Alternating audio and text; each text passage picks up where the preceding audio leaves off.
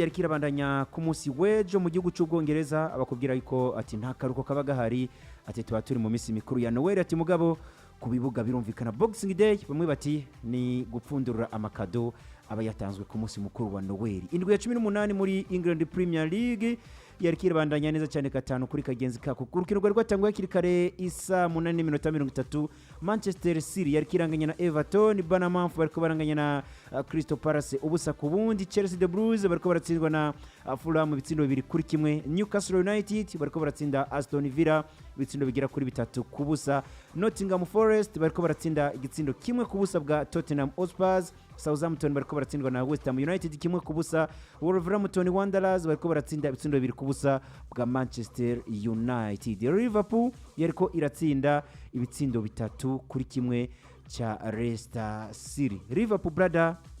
umusaza Arne Slot yari yabwiye abakinyi bati mugomba kuguma mu ikambi ati mugomba kuguma ngaha unako no ku munsi mukuru wa Noheli bari bagize n'ibyishimo bitandukanye sinze kwa abanyama video y'akana kakiri gato kaje kuba gatembera muri vestiaire yose ndetse no ku kibuga cy'imyimenyerezo akana navuga ko kari kagize n'ubuzima bubi cyane ubona ko ari akana kakiri gato mugabo kari kafashwe novuga ngo n'ingwara y'umutima ariko baraza kugira operation akana gakunda cyane Liverpool kariko karatembera mu basore bako bagira imyimenyerezo ku munsi mukuru wa Noheli ariko byabagombwa ko bakinira kino ku munsi w'ejo brother Mohamed Salah, Curtis Jones ndetse n'ubwo bita Cody Gakpo nibo baje novuga ngo kuvuguruza igitsindo cyari cyatsinzwe n'umunyafrika Jordan Ayew baramubwira bati wadusotoye ariko atireka tukoreke ko byose bishoboka ibitsindo bitatu kubusa yaba equipe ya Liverpool iri unstoppable muri England Premier League. Gakpo yaratsinda n'igitsindo ciza cyane by the way witwa Cody Gakpo musore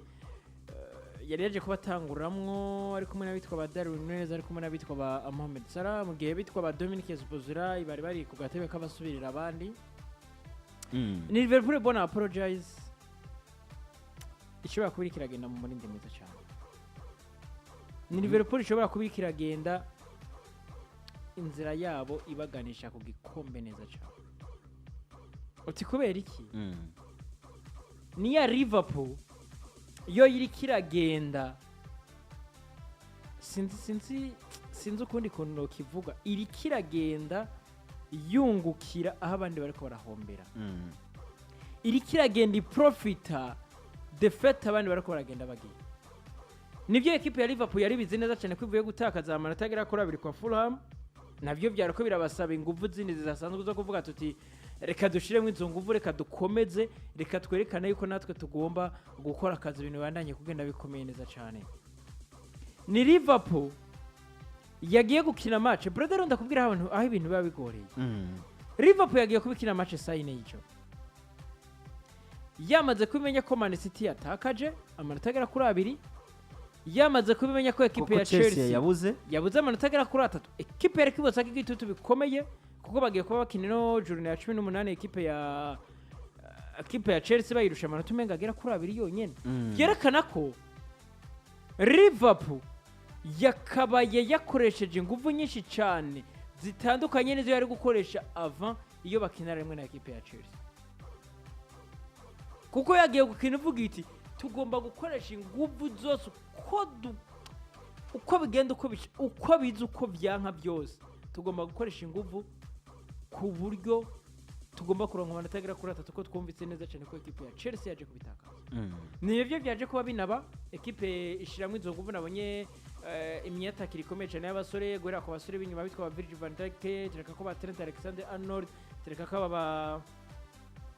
Andy Robertson genda hagati mu kibuga wa Alex McAllister Ryan Gravenberch uduga imbere Mohamed Salah Cody Gakpo Darwin Nunez gwabona ko abasore bose bafise ikintu kimwe mu mutwe bafise iyo amvi yo kurondera ibyo bitsindo nivyo Jordan Ayew yaje kuba akibona hakiri kare cyane ku munota wa 6 ariko biza kuba ivy'ipyavu gusa imbere ko baje kuruka equipe ya Liverpool irazira giterekamwe cyane ku kitsindo ca Cody Gakpo ikitsindo ciza cyane witwa Mohamed Salah ariko akubita amapoto mu gice ca mbere witwa uyu Darwin Nunez ariko agenda gushibitsina mu gice ca mbere ariko igice ca kabiri Arne Slot n'abasore we baza kuba banakosora baza kuba bashizemo izo nguvu zinakomakomeye ariko ni Liverpool ikomeje guhekwa cyane kandi cyane n'uwitwa Mohamed Salah ku munsi wa jara karatereka mu gitsindo cyo ca 16 bona apologize muri Premier League na assist zigera kuri 11 afise muri rusange novuga yuko ni ekipe ya Liverpool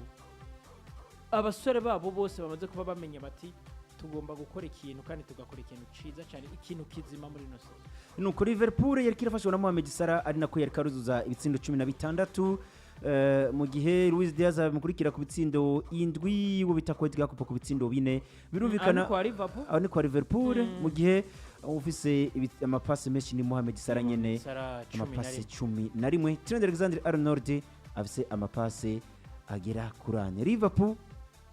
urayiha amahirwe angana gute gutwara ino England Premier League brother amahirwe araza kubava muri ino Boxing Day brother tubanza turindira inkino zo muri Boxing Day zirangire Boxing Day ishobora kuza guprova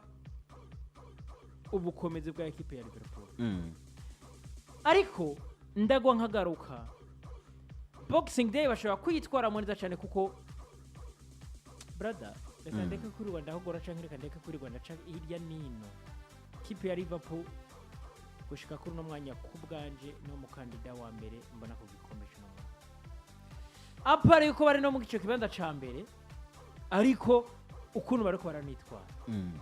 bari no mu kibanza ca mbere ubona ko bari kubarakorera gendera bibanganije na ekipe ya Chelsea banganya na ekipe ya Arsenal batsinda ekipe ya Tottenham batsinda ekipe ya Manchester City batsinda ekipe ya Man U birumvikana ngaba kontra bose wamaze kubatsinda Big 4 Big 6 katushake tureke tuvuga big yose yarayitsinda imigwi itwa kwikomakomiye mu gihugu cy'Ubwongereza yose yakuye kamanota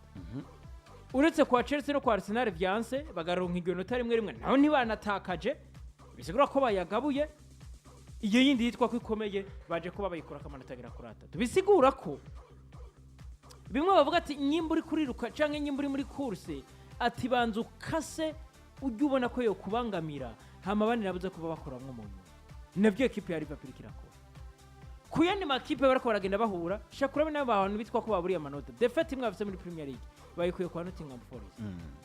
ni rimwe bafite muri Premier League nako zitatu bafise imwe bayikuye kwa Chelsea indi kwa Arsenal indi bakuye kwa Fulham bisigura ko n'ekipe ya Liverpool bo barako barategura cyane kugomba kubandanya mu murindo komeye yo kugenda banatsinda batiteye kuri resultat ziriko zirava ku yandi makipe kandi bakagira n'ico kintu kimeze neza cyane Arne Slot numwe mu bagabo maze kubona afatiyo riske brother niga ko zobona matches zitatu zikurikiranyeho Ryan Gravenberch Kart nako Dominic Szoboszlai na mugenzi we Makaristeri bose batanguranye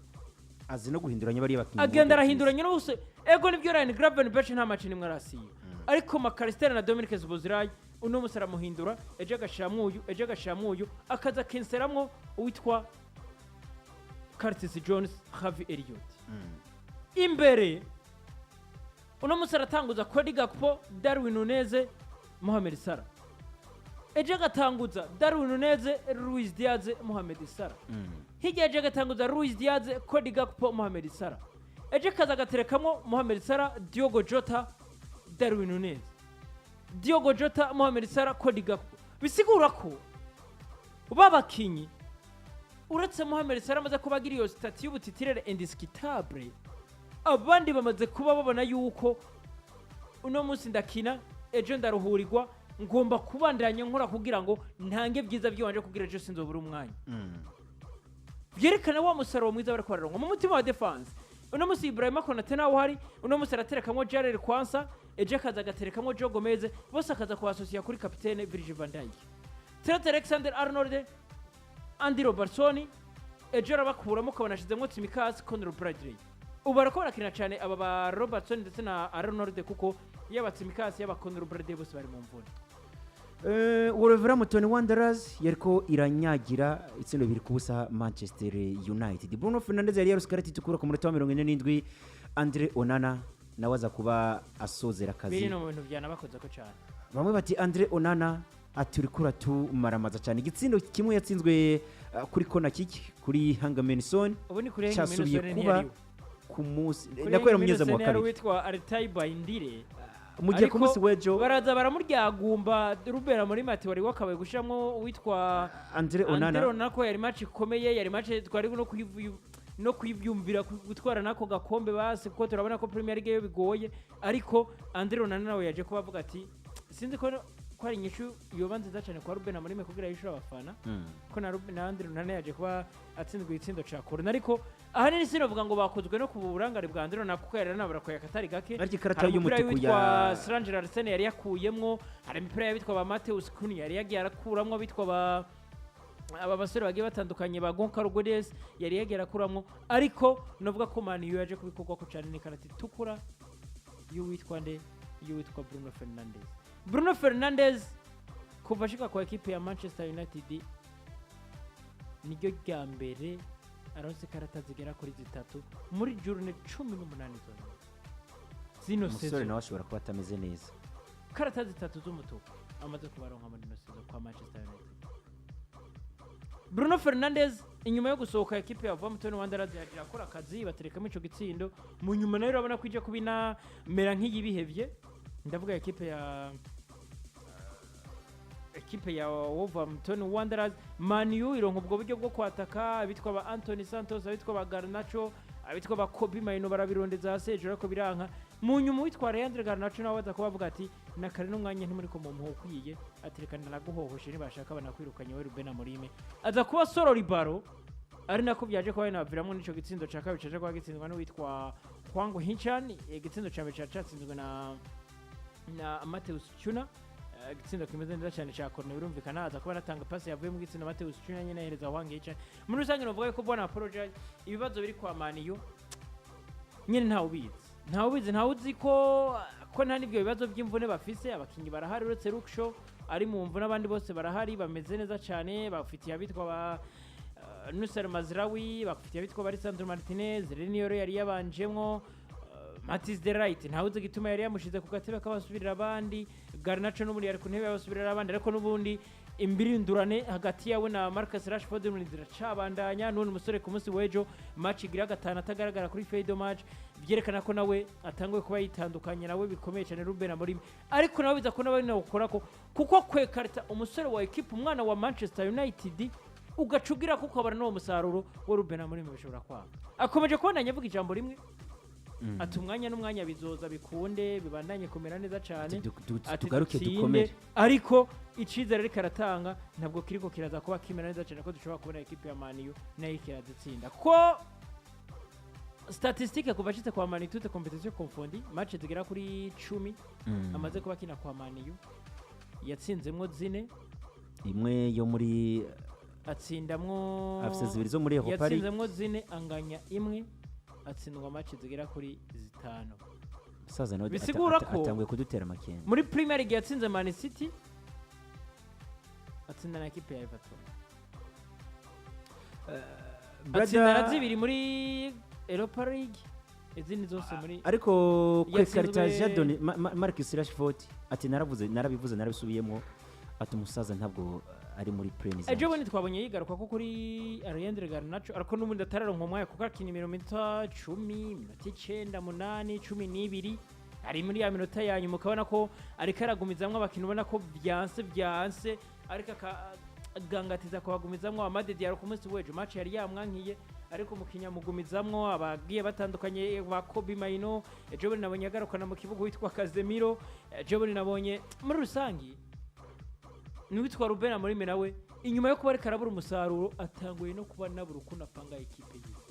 nuko ku kiraro k'igi Londres Chelsea de Bruges yari kirahatakariza ibitsindo bigera kuri 2 kuri kimwe gitsindo kiza yari cyari cyabonetse hakiri kare umwana kiri muto Cole Palmer aza kubana kwiziga ibitsindo 13 muri England Premier League 18 toute competition confondue ariko uwo bita ari Wilson na Rodrigo Munize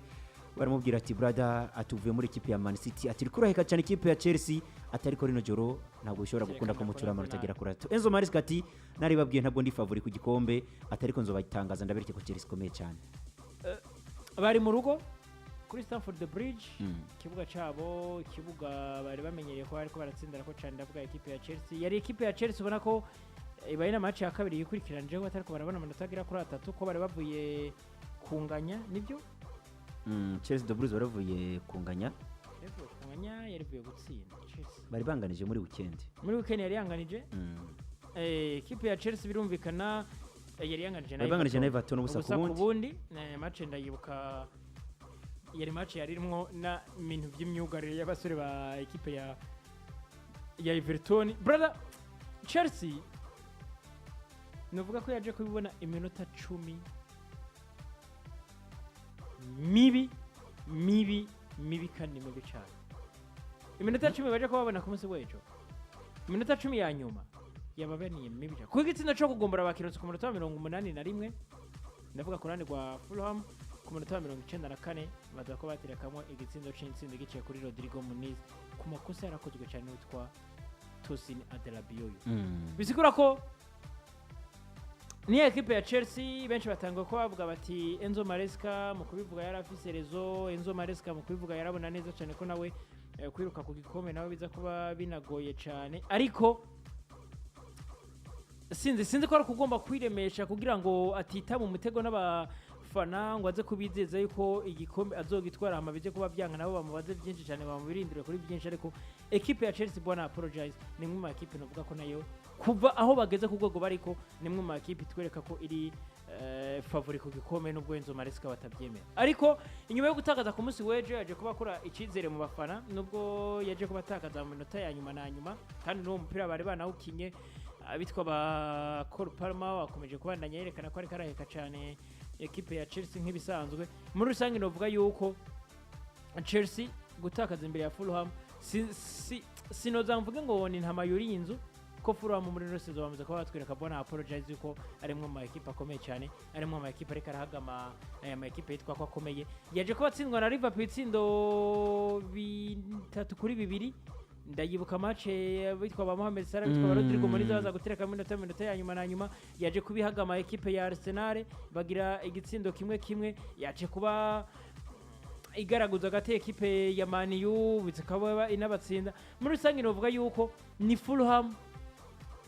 bari kumwe n'abitwa ba Alexander Iwobi, bari kumwe n'abitwa ba Raul Jimenez, ni ekipe ubona kuri kiragenda ibyitwara neza cyane, ni ekipe ubona kuri kiragenda itanga akazi. Muri rusange novuga ko ekipe ya Chelsea kuza gutakaza imbere ya Fulham nivyo biratangaje ko ekipe ya Chelsea yari yatweretse kuri mu muninde komeye, ariko nabwo nta nibanga rya cyane rimwe ko ekipe ya Fulham ni ekipe maze kubitwereka kuri ku murongo komeye cyane no sezo. Nuko ku kibuga Etihad Stadium abasore bo musaza Jose Pep Guardiola bariko baranganya n'ikipe yandi, bariko baranganya n'ikipe ya Everton igitsindo kimwe ku kindi. Bernardo Silva hakiri kare ku munota wa 14 kuri assist yawe no bita Jeremy Doku araza aratereka mu gitsinda uwo bita Brett Erling Haaland ahusha penalty ku munota wa 53, ariko ikipe ya Everton biciye ku bita Iliman Ndiaye umunyafrika kabisa araza arababwira ati brother ibibazo sije nabiguteye ati ntabwo ushobora gukura amanota 3 ngaha. Jose Pep Guardiola ati nkuye inota rimwe imbere ikipe ya Everton ati nishimye cyane performance z'abasore banje, ati ni kimwe mu binyeretse ko dushobora kugaruka umwanya n'umwanya, ati twerekanye urukino rwiza cyane ubwo twabuze amanota agera kuri 3. Bwana apologize Man City, Pep Guardiola, staff yose muri rusangi, abakinyi ndetse no ku muyobozi wabo uyu mwarabu ndavuga hari ya Mansur brother, barakwiye kurondera abantu bakabuhariwe mu bintu bijanye n'ibintu byo kuraba abantu canke kwiga abantu, ndavuga aba psychologue bakiga kuri buri muntu wose ari muri yanzu ya Manchester, bakiga kuri muntu guhera ku mujardinier uyu muntu atunganya ikibuga brother. Uti kubera iki sinshobora gutahura ukuntu umumenyereza Joseph Pep Guardiola aza kigema ku itangazamakuru akavuga ati twaronse inota rimwe, ati twakinye umupira mwiza cyane uri kubura na ekipe ya Everton. Ibintu atari bwigira avuga mu mateka yiwe nk'umumenyereza witwa Pep Guardiola. Ubundi kubura amanota 3 kuri we caba ari kintu nawe ataba yumva Pep Guardiola.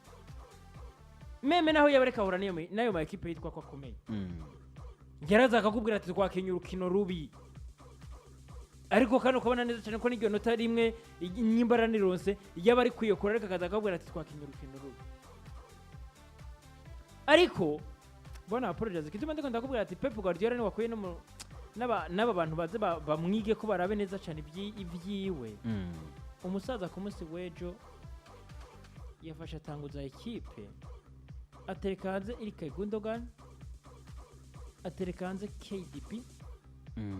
arabizi neza cyane ntagira Kyle Walker, ari mu mvune, arabizi neza cyane ntagira Ruben Diaz ari mu mvune, arabizi neza cyane John Stones ari ngaho amutereka ku gatebe k'abasubirira abandi, niyagira na Ederson amuca Moraes amazi atereka ku gatebe k'abasubirira abandi Ederson Moraes amutereka hanze. Ejo bundi nabonye n'amakuru ariko aravuga yuko hari abakinnyi bagera kuri 6 bibikomereza kwa Man City ngo Pep Guardiola adashaka kubona ku uza abakinnyi bari kuri benchi Scott Carson, Sparky Bright, Jean-Marie Simpson Puzey, Max Aleni, Kevin De Bruyne, Eric Gundogan, Nico O'Reilly, James McAtee, Divin Mbama, Ederson Moraes, Ruben Diaz, John Kyle Stones, Walker. Matheus Nunes, Ederson, Ruben Diaz, Rodri,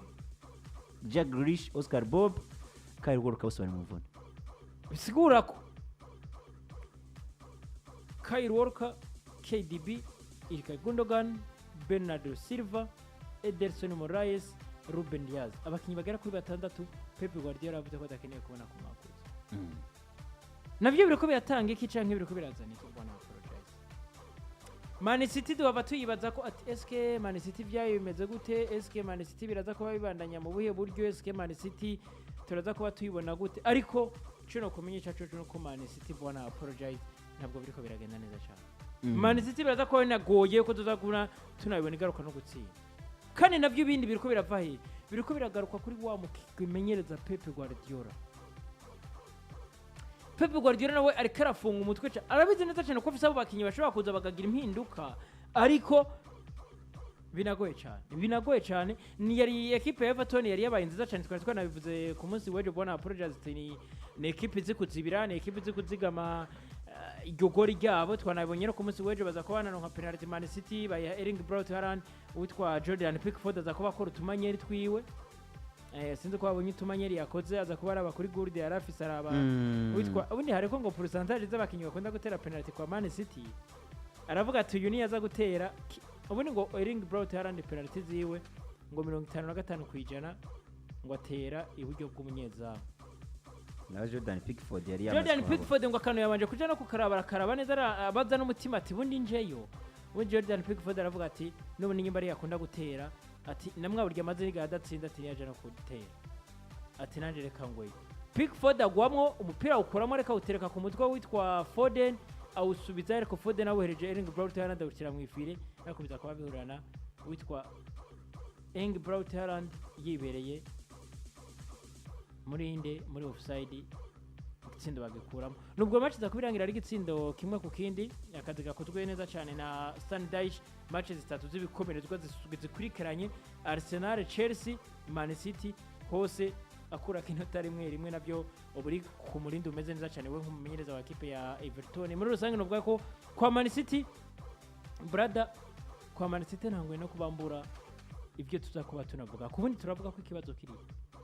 ko buri munsi twama tugaruka kuri bya bindi nyene. Biragoye cyane kabisa. Ariko